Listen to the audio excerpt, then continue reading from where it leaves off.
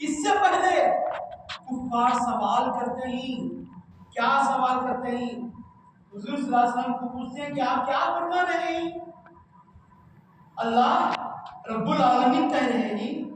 اچھا اللہ رب العالمین ہے، ربوبیت اسے ہے. اللہ کو ربوبیت کہاں سے ملی؟ کون سے ورثے میں ملی؟ اور اس کا وارث کون ہوگا؟ ایسی باتیں سب کہنے لگے اللہ. تو اللہ کے رسول صلی اللہ علیہ وسلم کے اوپر اللہ میاں سورہ اخلاص کو نازل کرتا ہے. اے محمد صلی اللہ علیہ وسلم، آپ کہہ دیجئے ان کافروں کو، مشرکوں کو، ان یہودیوں کو، ان نصرانیوں کو آپ کہہ دیجئے قل هو اللہ احد. سبحان اللہ. اے محمد صلی اللہ علیہ وسلم کہہ دیجئے کہ اللہ ایک ہے، واحد ہے، احد ہے. قل هو اللہ احد. یہ احد کا لفظ سوائے اللہ کے اور کہیں بھی استعمال نہیں ہوتا. احد کا لفظ صرف اور صرف اللہ ہی کو استعمال ہوتا ہے. واحد آتا ہے، واحد مل جاتا ہے، لیکن احد نہیں ہوتا. احد کے معنی خالص، صرف اور صرف اللہ کے لیے استعمال کیا جاتا ہے. اللہ ایک ہے، ایک ہے. قل هو اللہ احد اللہ الصمد. اللہ بے نیاز ہے، اسے کوئی نوازنے کی ضرورت نہیں، اس میں کوئی داخل ہو نہیں سکتا. ایسی ٹھوس چیز ہے اللہ تبارک و تعالی، اسے کوئی نوازنے کی ضرورت نہیں.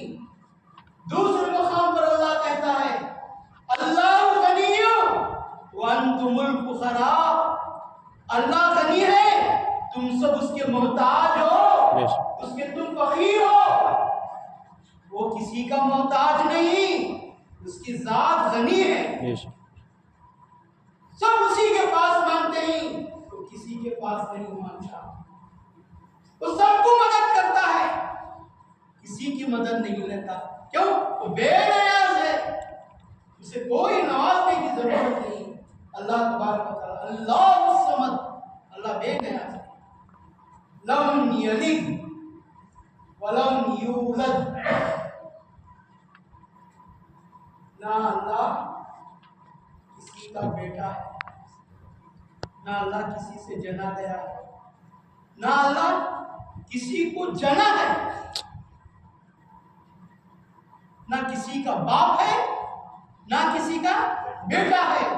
سب تولد ہوتے ہیں، انہیں ویسا نہیں ہے. ارے کیا شان تم بیان کرتے ہو اللہ کی شان میں، گستاخی کرتے ہو.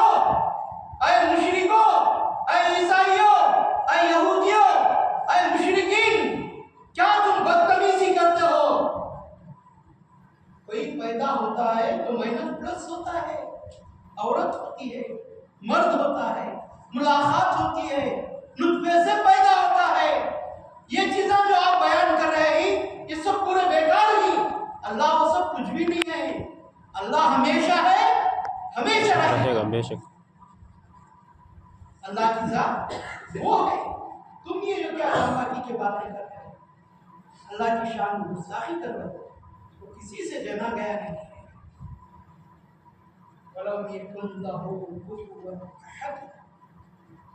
اللہ تبارک و تعالیٰ جو ہے کہہ دیجیے وہ ایک ہے، بنتی ہے، اکیلا ہے، واحد ہے، کوئی نہیں، احد ہے. کفوا احد. اللہ ایک ہے. اللہ تبارک و تعالیٰ کی شان.